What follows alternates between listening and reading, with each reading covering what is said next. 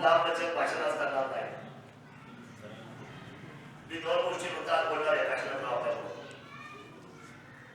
एक गोष्ट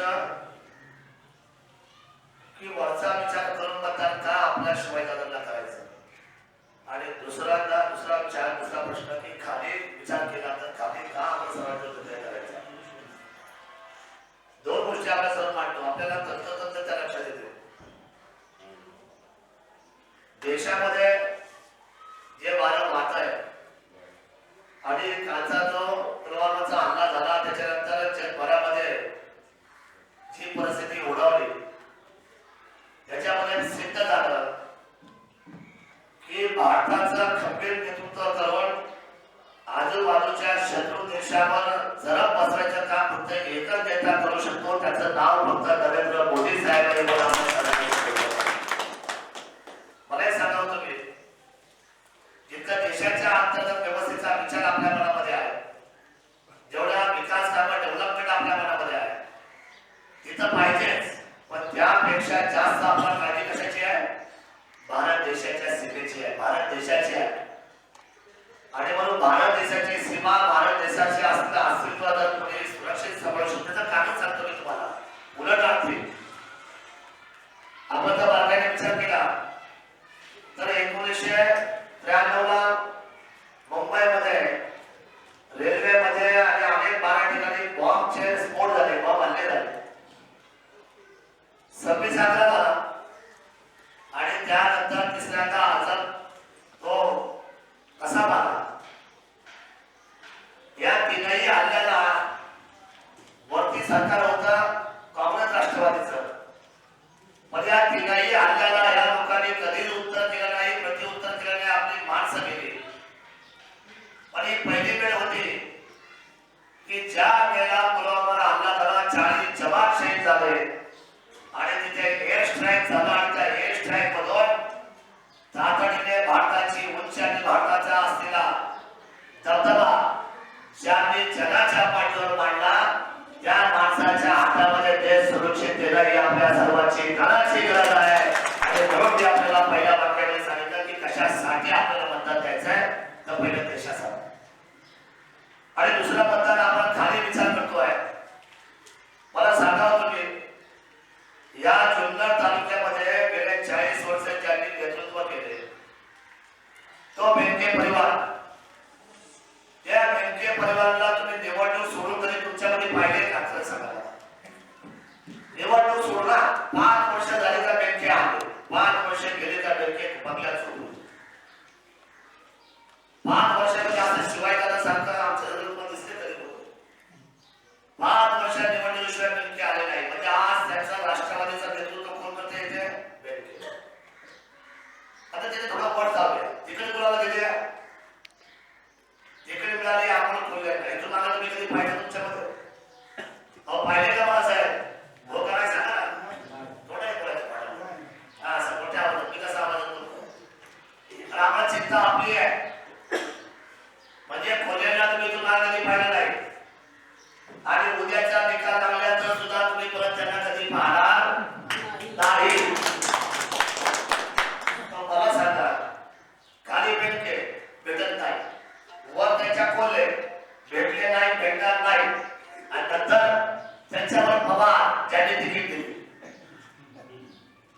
बरं पवार तुम्हाला भेटत का? भेटेल. माझी चैन बघायला कशी आहे.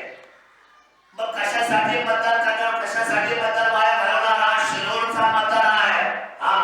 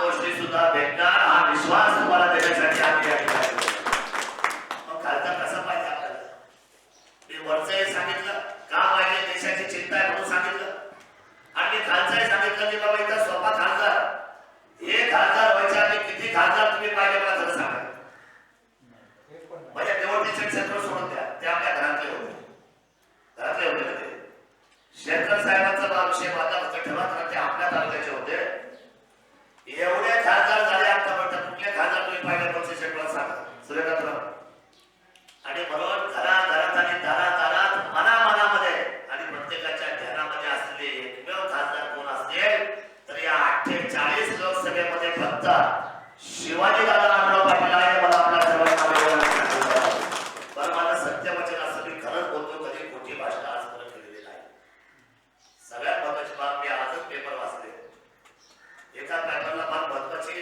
बातमी आली आणि जगातल्या भारतातल्या सगळ्यात जो जगात महत्वाचा रिपोर्ट आहे त्याची ती बातमी तरतूद केलेली आहे प्रसिद्ध केलेली आहे की लोकसभेमध्ये जे सुपरस्टार टॉप जे 7 खासदार आहेत त्यांनी निवडलेले ते सगळे 545 खासदारांपैकी 7 खासदार त्यांनी टॉपर होऊन दाखवले की ज्यांनी जास्त प्रश्न विचारले ज्यांनी जास्त अडचणी मांडल्या आणि ज्यांनी त्या अडचणीच्या बाबतीमध्ये सामना केला आणि वेळोवेळी शासनासमोर जे उभे राहिले केंद्रापुढे सर्वसामान्यांची बाजू ज्यांनी मांडली त्या सुपर 7 मध्ये आपला कितवा नंबर असावा तुमचं काय मत आहे